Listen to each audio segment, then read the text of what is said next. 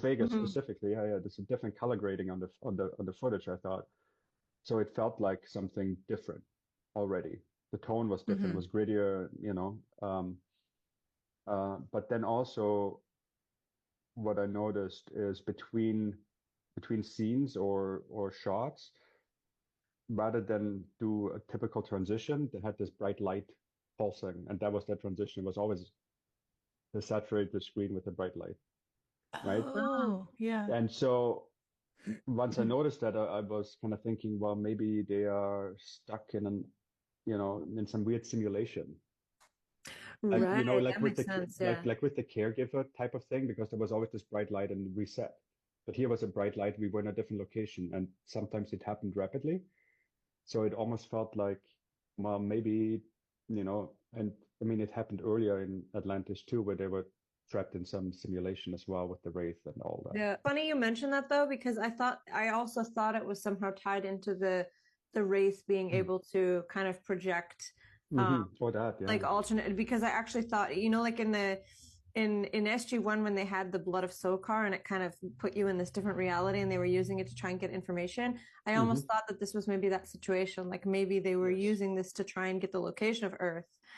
But you mentioned the Yeah. lighting, and I also think, just as a quick side note, the soundtrack of Vegas was totally different, and it gave it a different vibe because they actually used like commercial music in it. So, So, I basically had asked Chat GPT, and so then I was asking if it had any, based on the camera styles and tone, was it similar to any other like movies or shows from around that same time period, um, of when, the show was airing. And so it mentioned that it had a lot of similarities to CSI, yeah, which for I sure. never watched. And it Hmm. mentioned how there was a lot of like montage sequences, color grading, desert landscapes, that kind of thing, the same handheld camera work.